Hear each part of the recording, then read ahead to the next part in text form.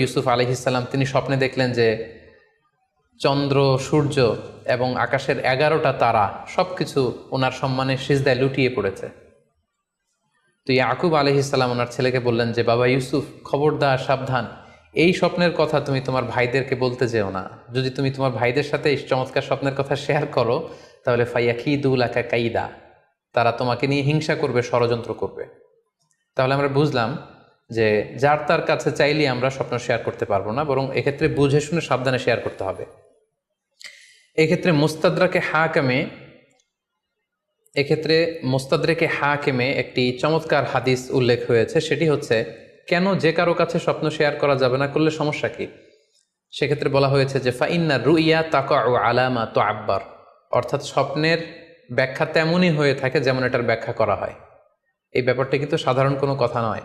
আপনি একজনের কাছে যার কোনো জ্ঞান নেই স্বপ্নের ব্যাপারে, হুট করে তার কাছে স্বপ্নের ব্যাখ্যা জানতে চাইলেন, আর তিনিও হুট করে এমন একটা ব্যাখ্যা করে দিল, ফলে দেখা যাবে উনি যেটা ব্যাখ্যা করেছেন সেটাই ঘটবে আপনার জীবনে। সো স্বপ্নের কথা যে কারো কাছে বলতে নেই।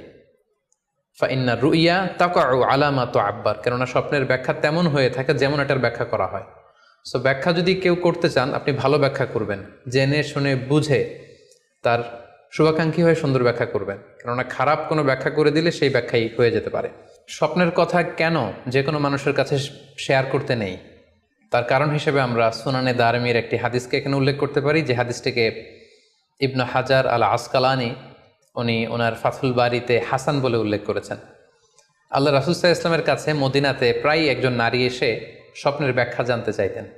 সে নারী বলতেন যে, ইয়া রাসূলুল্লাহ, আমি প্রায়ই স্বপ্নে দেখি যে আমার ঘরের একটি পিলার ভেঙে গিয়েছে এবং আমি অন্ধ সন্তান প্রসব করেছি। এই নারীর স্বামী ছিল ব্যবসায়ী এবং সারা বছর ব্যবসার কারণে বিভিন্ন জায়গায় তিনি ঘুরে বেড়াতেন, এবং যখন ফিরে আসতেন যাওয়ার সময় তিনি স্ত্রীকে প্রেগনেন্ট অবস্থায় রেখে যেতেন, অর্থাৎ গর্ভবতী, আর এই বাচ্চাকে পেটে নিয়ে এই নারী সবসময় এই স্বপ্ন দেখতে থাকতেন। তো রাসূল সাল্লাল্লাহু আলাইহি ওয়াসাল্লাম স্বপ্নের ব্যাখ্যায় বললেন, তুমি চিন্তা করো না, তোমার স্বামী সহি সালামতে ফিরে আসবে এবং তুমি সুন্দর সন্তান প্রসব করবে, ভালো সন্তান। এভাবেই চলছিল, যতবার তার স্বামী ফিরে আসে, সুস্থভাবে ফিরে আসে এবং সে সুন্দর সন্তান জন্ম দিচ্ছিল। হঠাৎ একবার সে নারী আল্লাহ রাসূল সাল্লাল্লাহু আলাইহি ওয়াসাল্লামের বাসায় এসে দেখলেন যে আল্লাহ রাসূল সাল্লাল্লাহু আলাইহি ওয়াসাল্লাম ঘরে নেই। আম্মাজান আয়েশাকে তিনি বললেন যে, আমি সবসময় এরকম স্বপ্ন দেখি। তখন আম্মাজান আয়েশা বললেন, তাহলে এই স্বপ্নের ব্যাখ্যা জানার জন্যই তুমি রাসূল সাল্লাল্লাহু আলাইহি ওয়াসাল্লামের কাছে আসো, তুমি কি স্বপ্ন দেখো? তখন সে নারী আম্মাজান আয়েশার কাছে খুলে বললেন যে, আমি স্বপ্নে দেখি যে আমার ঘরের একটি পিলার ভেঙে গিয়েছে আর আমি একটি অন্ধ সন্তান প্রসব করেছি। একথা শুনে আম্মাজান আয়েশা রাদিয়াল্লাহু তাআলা আনহা অবাক হয়ে গেলেন। তিনি বললেন, তাই নাকি? তোমার স্বপ্ন যদি সত্য হয় তাহলে ঠিকই তোমার স্বামী মারা যাবে এবং তুমি একজন ফাজের পাপাচারী সন্তান প্রসব করবে। ঠিকই দেখা গিয়েছিল, তার পরের বছর তার স্বামী যখন আসলো, জীবিত আসতে পারেনি, তার স্বামী ইন্তেকাল করেছিল এবং এই নারী যে সন্তান প্রসব করেছিল সেটি ছিল একটি পাপাচারী সন্তান। তো এই ঘটনা আল্লাহ রাসূল সাল্লাল্লাহু আলাইহি ওয়াসাল্লাম শুনে আম্মাজান আয়েশাকে বললেন, আয়েশা, তুমি এটা ঠিক করনি।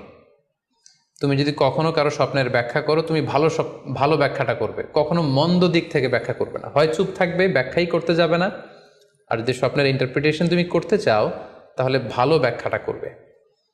সম্মানিত, শুধু এজন্য যে কারো কাছে আমরা চাইলেই স্বপ্নের কথা জানাতে পারি না, বরং সে যদি আপনার শুভাকাঙ্ক্ষী হয়, সে যদি স্বপ্ন ব্যাখ্যায় পারদর্শী হয়, সে যদি ভালো আলেম হয়, তাহলে তার কাছে আপনি স্বপ্নের ব্যাখ্যা জানতে চাইতে পারেন।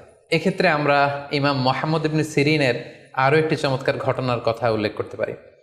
মুহাম্মদ ইবনে সিরিন উনি ছাত্রদেরকে নিয়ে একবার তালিম দিচ্ছিলেন। এ সময় হঠাৎ এক নারী এসে বললেন যে, আমি স্বপ্নের ব্যাখ্যা জানতে চাই, মুহাম্মদ ইবনে সিরিন কোথায়? ছাত্ররা বলল, উনি একটু বাইরে গিয়েছেন। আপনি স্বপ্নে কি দেখেছেন? মহিলাটি বলল যে, আমি স্বপ্নে দেখেছি আমার ছেলে সাগর থেকে শুধু পানি পান করছে। হঠাৎ সে মসজিদ থেকে এক ছাত্র বলল, তাই নাকি? আপনি যদি এই স্বপ্ন দেখে থাকেন তাহলে আপনার বাচ্চাটা মারা যাবে। ইমাম মুহাম্মদ ইবনে সিরিন পরবর্তীতে যখন আসলেন, এসে ছাত্রদের কাছে যখন জানতে পারলেন, তখন তিনি বললেন যে, তুমি কেন এই স্বপ্নের ব্যাখ্যা করেছো? কারণ সাগরের লোনা পানি এটা যে সবসময় অযোগ্য, পানের অযোগ্য, ব্যাপারটা এমনটা নয়। সাগরের ভেতরে তো মণিমুক্তাও আছে। বরং আমি হলে ব্যাখ্যা করতাম যে, তোমার ছেলে সাগর থেকে পানি খাচ্ছে, তোমার ছেলে অনেক বড় আলেম হবে। কিছুদিন পরে আরেক লোক এসে মুহাম্মদ ইবনে সিরিনের কাছে জানতে চাইলেন যে, আমি স্বপ্নে দেখছি যে আমার ছেলে সাগর থেকে শুধু পানি নিয়ে খাচ্ছে। তিনি বললেন, আশা করা যায় তোমার ছেলে অনেক বড় আলেম হবে। ঠিকই দেখা গেল কিছুদিন পরে যেই মহিলাটি স্বপ্নের ব্যাখ্যা জানতে এসেছিলেন, তার ছেলেটি মারা গিয়েছে আর ওই যেই লোক মুহাম্মদ ইবনে সিরিনের কাছে স্বপ্নের সুন্দর ব্যাখ্যা নিয়ে গেলেন, তার ছেলে ওই সময়ের অনেক বড় আলেম হয়েছিল। এজন্য সম্মানিত শুধু যে কারো কাছে স্বপ্নের ব্যাখ্যা জানতে চাইতে নেই। আর স্বপ্নের ব্যাখ্যা যদি করতে হয় ভালো ব্যাখ্যা করতে হবে, তা না হলে চুপ থাকতে হবে। স্বপ্নের ক্ষেত্রে ইসলামের যে দিক নির্দেশনা, সেক্ষেত্রে আরও একটি দিক নির্দেশনা হচ্ছে স্বপ্ন কখনো শরীয়তের দলিল হতে পারে না। কেবলমাত্র নবীদের স্বপ্নই হচ্ছে ওহী, কিন্তু আমরা যারা সাধারণ মুসলমান, আমাদের স্বপ্ন কখনো শরীয়তের দলিল হতে পারে না। এটা আপনার জন্য কোনো একটা বিশেষ ধরনের অনুধাবন হতে পারে, আপনার বিশেষ ফিলিংস হতে পারে, আপনার একার জন্য কোনো ধরনের গাইডেন্স হতে পারে আল্লাহর পক্ষ থেকে, কিন্তু এটাকে শরীয়তের দলিল বলে চালিয়ে দেওয়া যাবে না। আমরা প্রায় শুনি অমুক পীর সাহেব একটা স্বপ্ন দেখেছেন এবং তার মুরিদেরা এই স্বপ্নের আলোকে বিভিন্ন কাজ করতে শুরু করেছেন, এটাকে শরীয়তের অংশ মনে করে। খুব রিসেন্টলি করোনা ভাইরাস আউটব্রেকের টাইমে মামুন মারুফ নামে এক ছেলের স্বপ্নের কথা আমরা শুনেছিলাম, যে ইটালিতে সে স্বপ্ন দেখেছে করোনা ভাইরাসের সাথে কথা বলেছে। আসলে এই জাতীয় স্বপ্ন কখনো শরীয়তের কোনো সোর্স বা এভিডেন্স হতে পারে না। খুব রিসেন্টলি বুয়েট থেকে পাশ করা মুশতাক মোহাম্মদ আরমান নামে একজন লোকের কথা আমরা শুনেছি, যে তিনি দাবি করেছেন তিনি ইমাম মাহাদি, এবং তিনি দাবি করেছেন যে স্বপ্নে তাকে আল্লাহ তাআলা ইমাম মাহাদি বলে পরিচয় করিয়ে দিয়েছে, ফলে লোকজন এসে তার হাতে বায়াত হচ্ছে। অথবা অনেকে দাবি করে থাকেন যে স্বপ্নে তিনি ফকিরি পেয়েছেন, স্বপ্নে এটা হয়েছে সেটা হয়েছে। এরকম কোনো ধরনের স্বপ্নই কিন্তু শরীয়তের অংশ, শরীয়তের দলিল বা এভিডেন্স হতে পারে না। এ পর্যায়ে আমরা জানবার চেষ্টা করব যে স্বপ্নে রাসূলুল্লাহ সাল্লাল্লাহু আলাইহি ওয়াসাল্লামকে দেখা প্রসঙ্গে অনেকে স্বপ্নে আল্লাহ রাসূল সাল্লাল্লাহু আলাইহি ওয়াসাল্লামকে দেখেন, এবং আসলে রাসূল সাল্লাল্লাহু আলাইহি ওয়াসাল্লামকে স্বপ্নে দেখেন কিনা এ ব্যাপারে তাদের মধ্যে অনেক প্রশ্ন থেকে থাকে। এক্ষেত্রে আমরা সহিহ বুখারীর একটি চমৎকার হাদিস উল্লেখ করতে পারি, যেখানে আল্লাহ রাসূল সাল্লাল্লাহু আলাইহি ওয়াসাল্লাম ইরশাদ করেছেন, মান রাআনি ফিল মানামি ফাকাদ রাআনি। যে আমাকে স্বপ্নে দেখলো, আল্লাহ রাসূল সাল্লাল্লাহু আলাইহি ওয়াসাল্লাম নিজে বলছেন যে আমাকে স্বপ্নে দেখলো সে আসলেই আমাকেই দেখলো। কারণ ফাইন্না শাইতানা লা ইয়াতামাসসালু ফি সূরাতি, শয়তান কখনো আমার আকৃতি, আমার শেপ ধারণ করতে পারে না। অর্থাৎ আপনি যদি রাসূল সাল্লাল্লাহু আলাইহি ওয়াসাল্লামকে স্বপ্নে দেখেন, তাহলে আপনি রাসূল সাল্লাল্লাহু আলাইহি ওয়াসাল্লামকেই দেখেছেন, আপনি শয়তানকে দেখেননি। কারণ শয়তান কখনো রাসূল সাল্লাল্লাহু আলাইহি ওয়াসাল্লামের আকৃতি ধারণ করতে পারে না। তাহলে এই হাদিসের আলোকে আমরা বুঝলাম শয়তান কখনো আল্লাহ রাসূল সাল্লাল্লাহু আলাইহি ওয়াসাল্লামের আকৃতি বা শেপ ধারণ করতে পারে না। তখন প্রশ্ন হচ্ছে, আসলে আপনি রাসূল সাল্লাল্লাহু আলাইহি ওয়াসাল্লামকে দেখেছেন নাকি অন্য কাউকে দেখেছেন? শয়তান হয়তো রাসূল সাল্লাল্লাহু আলাইহি ওয়াসাল্লামের আকৃতি ধারণ করলো না, একজন সুশ্রী বয়োবৃদ্ধ সুন্দর আকৃতির মানুষের চেহারা ধারণ করে শয়তান এসে বলল যে আমি আল্লাহ রাসূল। তখন আপনি কিভাবে বুঝবেন যে আপনি রাসূল সাল্লাল্লাহু আলাইহি ওয়াসাল্লামকে দেখেছেন নাকি শয়তানের ধারণ করা অন্য কোনো মানুষের আকৃতিতে কাউকে আপনি দেখেছেন? সেক্ষেত্রে বোঝার মাধ্যম হচ্ছে আল্লাহ রাসূল সাল্লাল্লাহু আলাইহি ওয়াসাল্লামের দাড়ি কেমন ছিল, চেহারা কেমন ছিল, চুল কেমন ছিল, দৈহিক গড়ন কেমন ছিল, আকৃতি কেমন ছিল, এগুলো কিন্তু আমরা হাদিস থেকে পাই, কিংবা শামায়েলে তিরমিজিতে রাসূল সাল্লাল্লাহু আলাইহি ওয়াসাল্লামের বডি স্ট্রাকচার, ওনার চেহারা, ওনার অবয়বের ব্যাপারে বর্ণনা পাই। আপনি স্বপ্নে যাকে দেখেছেন তার চেহারা, আকৃতি এবং বর্ণনা যদি রাসূল সাল্লাল্লাহু আলাইহি ওয়াসাল্লামের দৈহিক বর্ণনার সাথে মিলে যায়, তাহলে বোঝা যাবে যে আপনি আসলেই আল্লাহ রাসূল সাল্লাল্লাহু আলাইহি ওয়াসাল্লামকে দেখেছেন। কিন্তু আপনি স্বপ্নে দেখা মানুষটি, তার চেহারার সাথে যদি রাসূল সাল্লাল্লাহু আলাইহি ওয়াসাল্লামের চেহারার যে বর্ণনা সেটির সাথে যদি কোনো মিল না থাকে, যদি তার চেহারা রাসূল সাল্লাল্লাহু আলাইহি ওয়াসাল্লামের চেহারার মতো না হয়, শামায়েলে তিরমিজিতে যে বর্ণনা আছে সেরকম যদি না হয়, তাহলে বোঝা যাবে আপনি রাসূল সাল্লাল্লাহু আলাইহি ওয়াসাল্লামকে দেখেননি, বরং অন্য কাউকে দেখেছেন। এক্ষেত্রে আমরা মুহাম্মদ ইবনে সিরিনের ঘটনা উল্লেখ করতে পারি। ওনার কাছে কেউ এসে যদি বলতো যে আমি স্বপ্নে আল্লাহ রাসূল সাল্লাল্লাহু আলাইহি ওয়াসাল্লামকে দেখেছি, তখন মুহাম্মদ ইবনে সিরিন জিজ্ঞেস করতেন, তুমি কি দেখেছো বলো তো? তুমি যাকে দেখেছো তার দাড়ি কেমন, তার চেহারা কেমন, তার চোখ নাক কেমন, তার গড়ন কেমন? তখন ওই ব্যক্তি যখন বর্ণনা দিত, আর সেই বর্ণনা যখন আল্লাহ রাসূল সাল্লাল্লাহু আলাইহি ওয়াসাল্লামের আকৃতির সাথে মিলে যেত, তখন মুহাম্মদ ইবনে সিরিন বলতেন, তুমি ঠিকই স্বপ্নে আল্লাহ রাসূল সাল্লাল্লাহু আলাইহি ওয়াসাল্লামকে দেখেছো।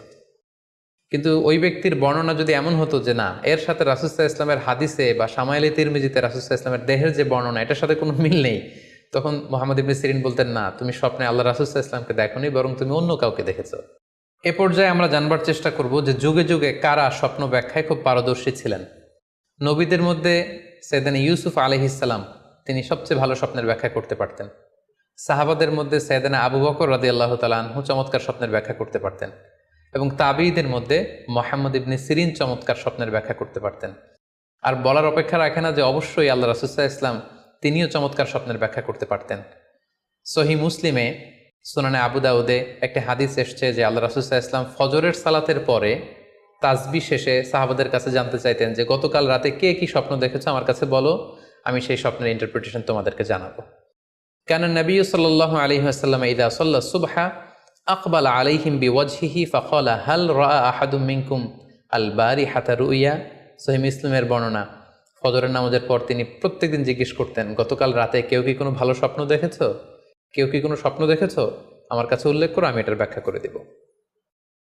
সম্মানিত শুধু আমরা বলছিলাম যে ইউসুফ আলাইহিস সালাম খুব ভালো স্বপ্নের ব্যাখ্যা করতে পারতেন, এবং সূরা ইউসুফের 111 নম্বর আয়াতে ব্যাপারে আল্লাহ উল্লেখ করেছেন সাইয়েদানা ইউসুফ আলাইহিস সালামের কথা, যে তিনি বলেছেন, রব্বি কদ আতাইতানি মিনাল মুলকি ওয়া আল্লামতানি মিন তা'ওয়িলিল আহাদিস।